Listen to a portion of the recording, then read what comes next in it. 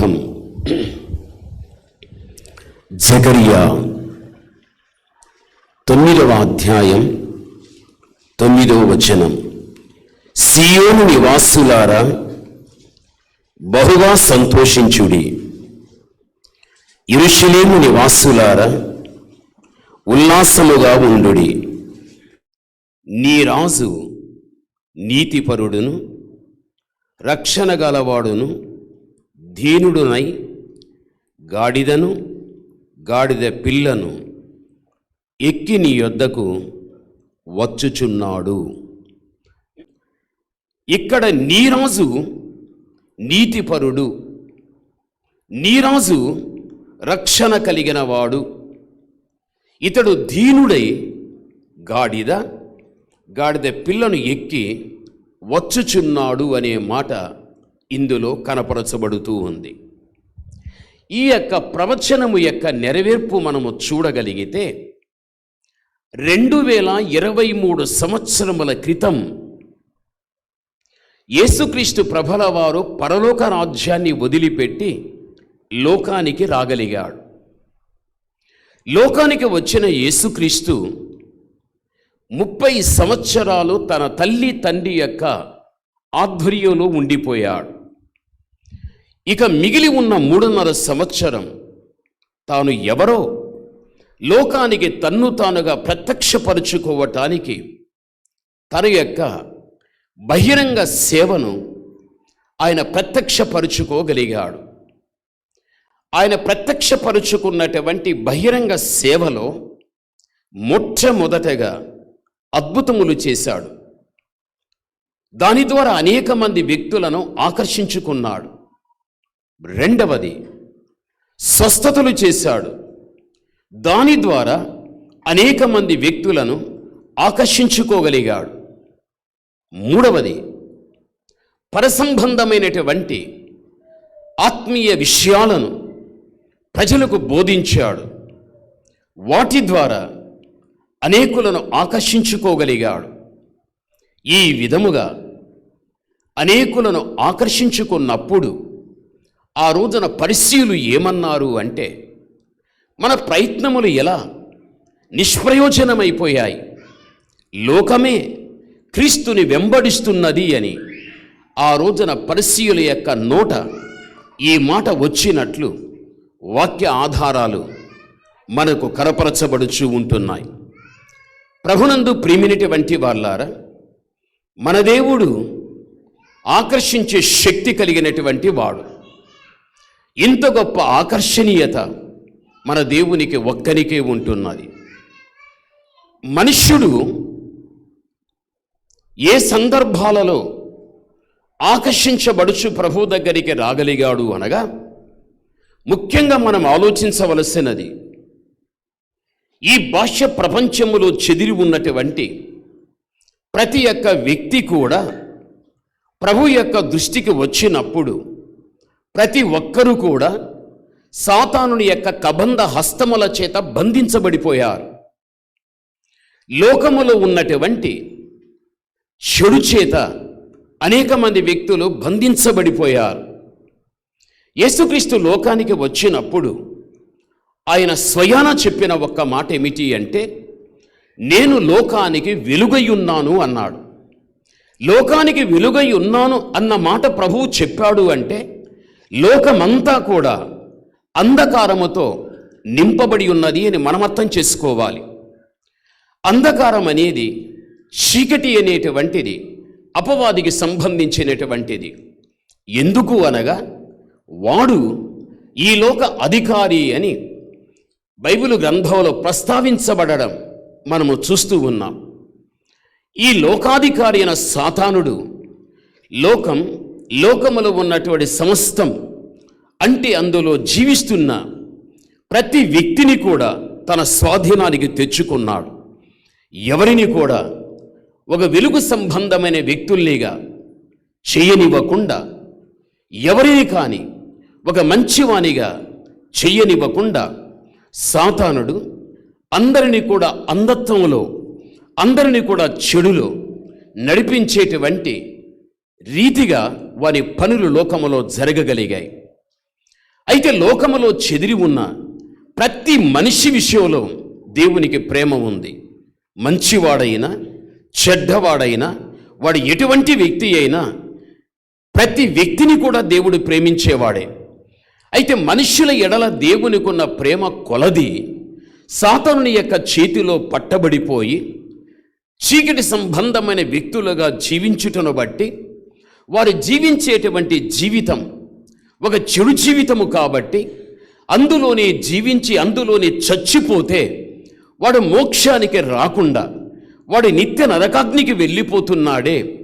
నిత్య నరకాగ్నికి మనుష్యుడు వెళ్ళకూడదు అని, వాడు మోక్షానికి రావాలి అని ప్రతి పాపి విషయములో దేవునికి ఉన్నటువంటి మంచి ఆలోచనను బట్టి ఏ విధముగానైనా మనిషిని అపవాది బంధకములలో నుండి, లోక బంధకములలో నుండి, పాప బంధకములలో నుండి మనిషిని విడిపించి మంచివానిగా చేసి వారిని మోక్షానికి నడిపించాలి అని దేవుడు ఒక మంచి ఆలోచన కలిగి మనుష్యుల ఎడల తనకున్నటువంటి తన దైవిక సంకల్పము ఏదైతే ఉంటున్నదో దానిని కార్యరూపములో దేవుడు జరిగించటానికి ఆయన పరలోకాన్ని విడిచిపెట్టి ఆయన లోకానికి వచ్చి ఆయన సువార్త ద్వారా, స్వస్థత ద్వారా, అద్భుతముల ద్వారా మనుష్యుడు అప్పటి వరకు దేని చేత పట్టబడి ఉంటున్నాడో ఆ పట్టబడిన బంధకములలో నుండి వారిని విడిపించి వీటి ద్వారా యేసుక్రీస్తు అనేక మంది వ్యక్తులను ఆకర్షించుకోగా ఆకర్షించబడిన ప్రతి వ్యక్తి కూడా క్రీస్తుని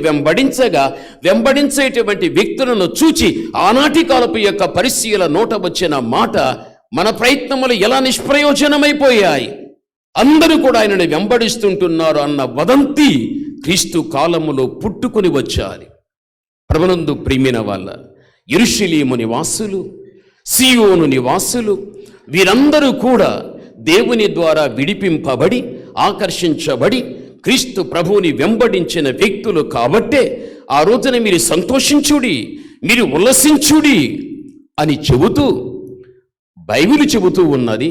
నీ రాజు ఎవరో కాదు, నీతి కలిగిన రాజు. నీ రాజు ఎవరో కాదు, రక్షణ కలిగినటువంటి రాజు. నీ రాజు ఎవరో కాదు, ఆయన దీనుడై ఉంటున్నాడు. ఆయన గుర్రము మీద కానీ ఒంటె మీద కానీ కాకుండా ఆయన గాడిద మీద కూర్చుని వస్తున్నాడు అని క్రీస్తుకు పూర్వం 487 సంవత్సరముల క్రితం పరిశుద్ధాత్మ ద్వారా జకరియా ప్రవచించిన ప్రవచనం ఇది. ఈ ప్రవచనపు యొక్క నెరవేర్పు క్రీస్తులో ఎలా నెరవేర్చబడగలిగాది అనగా చదువుకుందాం.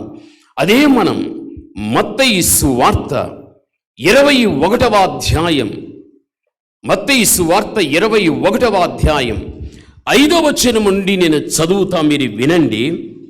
ఇదిగో నీ రాజు సాత్వికుడై గాడిదను, భారవాహక పశువు పిల్లైన చిన్న గాడిదను ఎక్కి నీ యొద్దకు వచ్చుచున్నాడని సీయోను కుమారితో చెప్పుడి అనునది.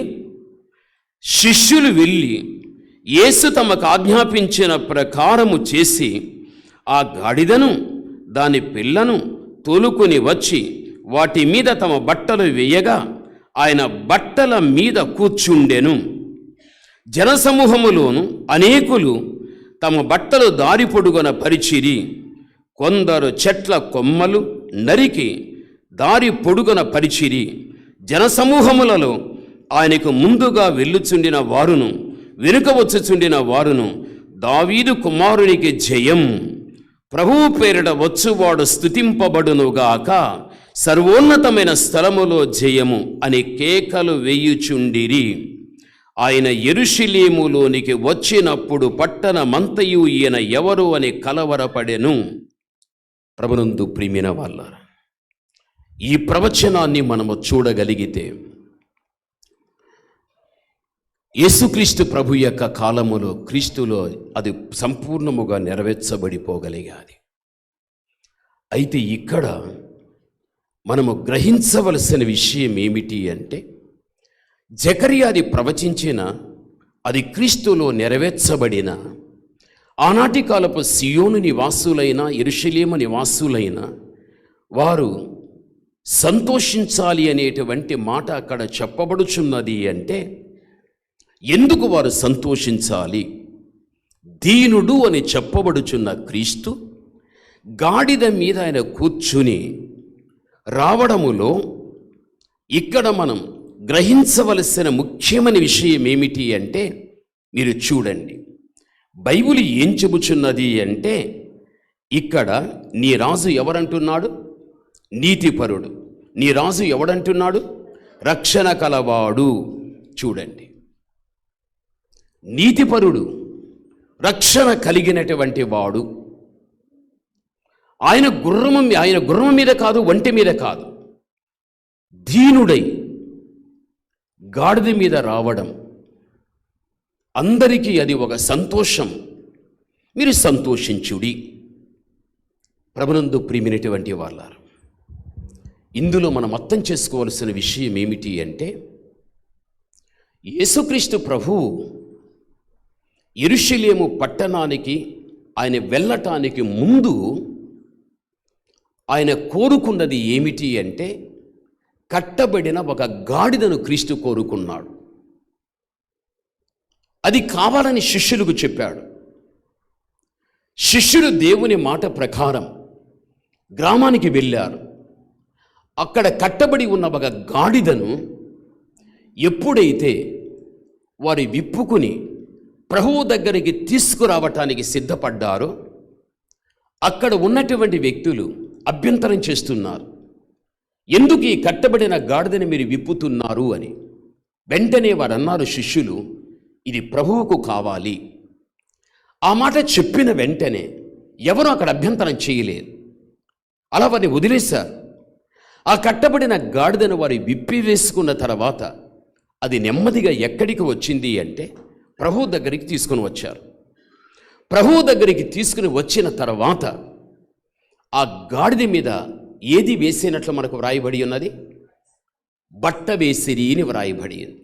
మీరు చదువుకున్నటువంటి ఈ యొక్క సువార్త భాగములోనే చూడగలిగినట్లయితే 7వ వచన భాగములో ఆ గాడిదను దాని పిల్లలు తోలుకొని వచ్చి వాటి మీద తమ బట్టలు వేయగా ఆయన బట్టల మీద కూర్చుండెను అని వ్రాయబడి ఉంది. కట్టబడింది, విప్పబడింది ప్రభువు దగ్గరికి వచ్చింది. వచ్చిన వెంటనే బట్టలు వేశారు. అప్పుడు దాని మీద క్రీస్తు కూర్చున్నాడు. ఇక్కడ మనకు కనిపించే ఈ బట్ట యెషయా 61వ అధ్యాయం 10వ వచనాన్ని చదువుకుందాం. యెషయా 61వ అధ్యాయం 10వ వచనాన్ని చదువుకుందాం. ధరించుకునిన రీతిగాను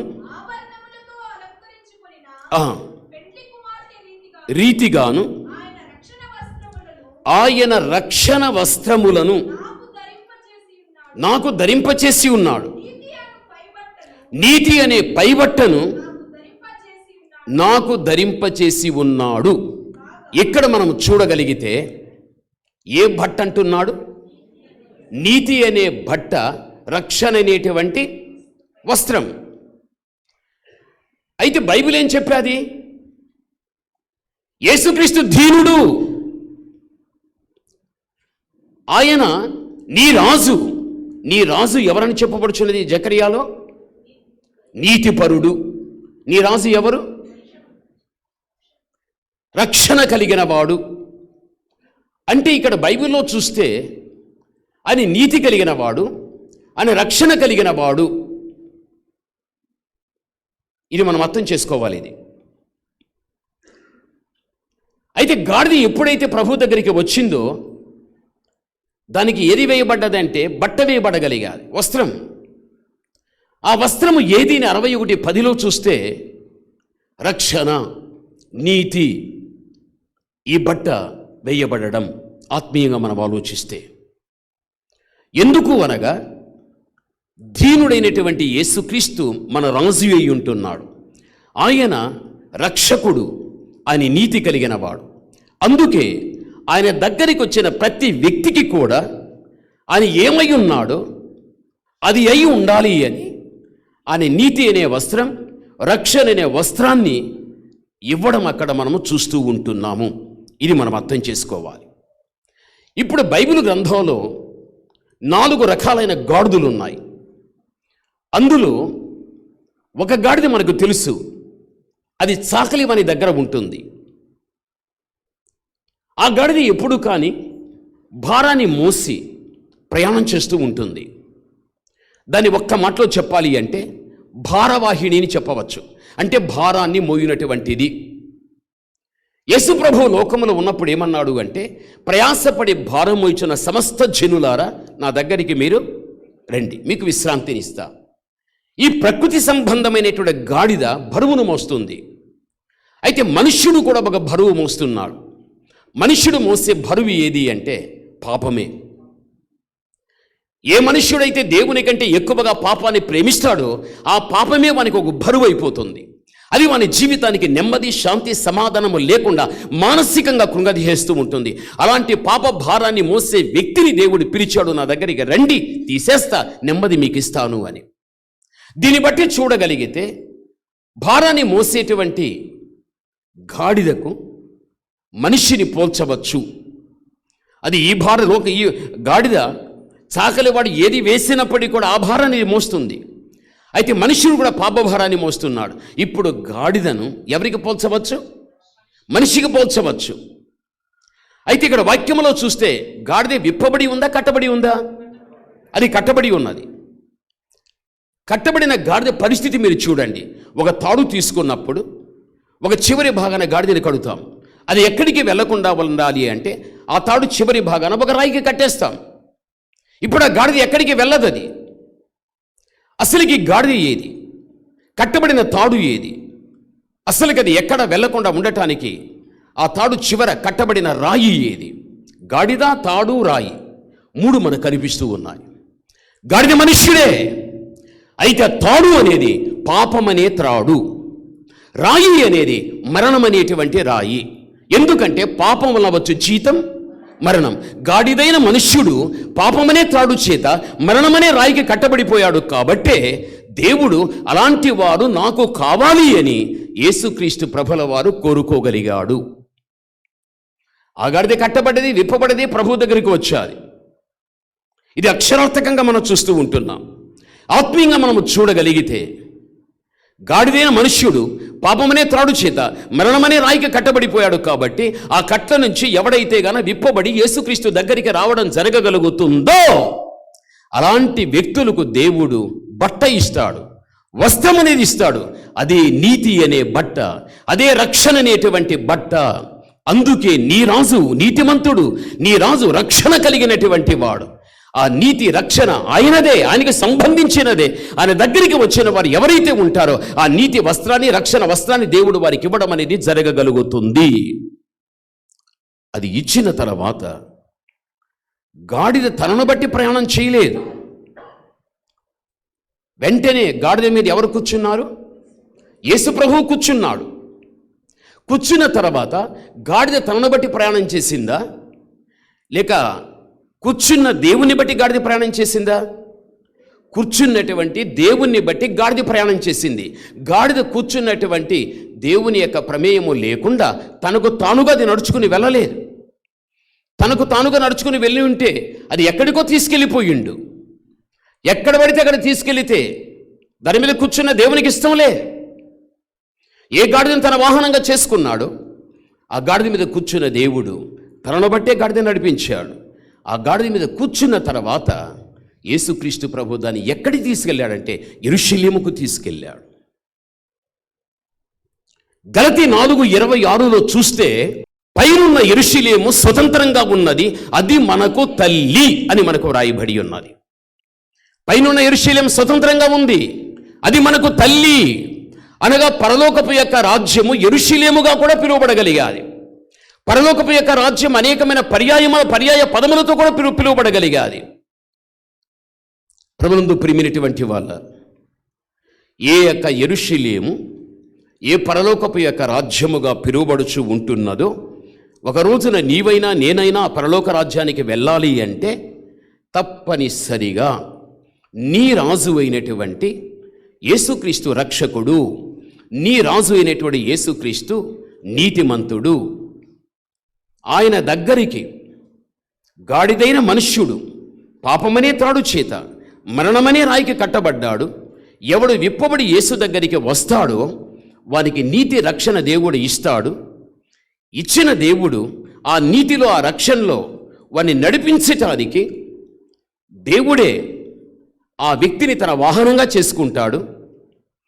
దేవుడే ఆ వ్యక్తి దేవుని భరించేవాడుగా ఉండాలి. అప్పుడే ఆ నీతి రక్షణ పొందుకున్న ఒక వ్యక్తి ఎప్పుడు దేవుని భరించడం లేక తన హృదయ సింహాసనం మీద దేవునికి స్థానం అనేది ఇవ్వడం జరుగుతుందో అప్పుడు దేవుడే తానిచ్చిన నీతిలో, తానిచ్చిన రక్షణలో ఆ వ్యక్తిని దేవుడే నడిపించుకుంటూ వెళ్ళగలుగుతాడు.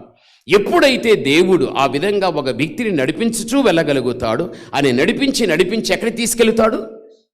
పైనున్న యెరూషలేం పరలోకానికి తీసుకువెళ్ళగలుగుతాడు. మనం పొందుకున్న నీతి రక్షణలో మనముగా జీవించలేం.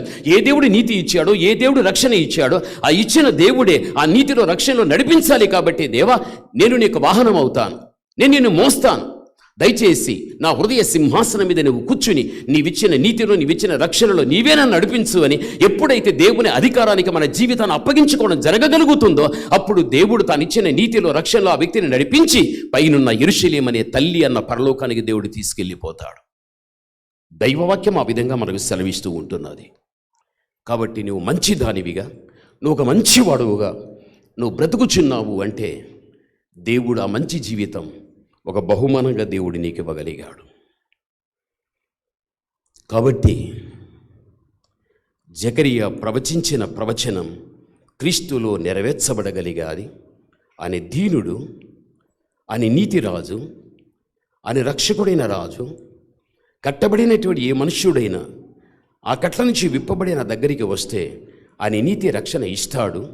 ఇచ్చిన దేవుడే ఆయనే నడిపిస్తాడు. నడిపించిన దేవుడు మనము చూడనటువంటి ఆ యొక్క యెరూషలేం అనే పరలోక పట్టణానికి దేవుడు మనలను తీసుకుని వెళ్ళగలుగుతాడు. ఇందులో ఉన్న ఆత్మీయ అర్థం అది. కళ్ళు మూసుకుందాం.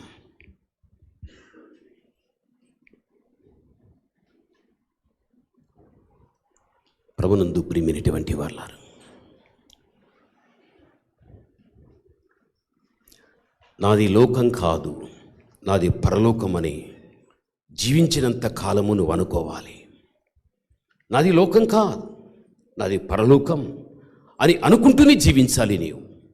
ఒకరోజు దేవుడు పిలుస్తాడు. ఏది నీది కాదని అనుకుంటేవో దాన్ని వదిలేస్తావు. ఏది నాది అని అనుకుంటేవో ఆ యెరూషలేముకు, పరలోకానికి నీ వెళ్ళిపోతావు.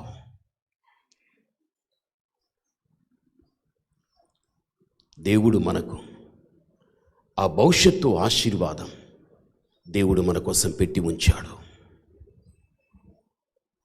కాబట్టి ఈ సమయంలో దేవుని కుమారుడుగా, దేవుని కుమార్తెగా ప్రార్థించు. నీవింకా నీతి, నీవింకా రక్షణ పొందలేని స్థితిలో, అందులో జీవించలేని స్థితిలో నీవు ఒకవేళ ఉంటే, ఇంకా కట్టబడిన కట్లు ఏదైనా ఉంటే విడిపించుకోమంటున్నాడు. తన దగ్గరికి రమ్మంటున్నాడు. వస్త్రం ఇస్తానంటాడు, అందులో నడిపిస్తానంటాడు. ఏది నీది కాదో ఒకరోజు వదులుతావు, ఏది నీదై ఉన్నదో ఆ పరమునకు తీసుకెళ్తాను అంటున్నాడు ఆయన. అంత మంచి దేవుడు అటువంటి మంచి విషయాలు, మంచి మాటలు నీకు తెలియపరిచేటప్పుడు వాటిని స్వతంత్రించుకోవటానికి నువ్వు సిద్ధపడిన వ్యక్తిగానే ఉండాలి. తప్పనిసరిగా దేవుడు నిన్ను ఆశీర్వదిస్తాడు.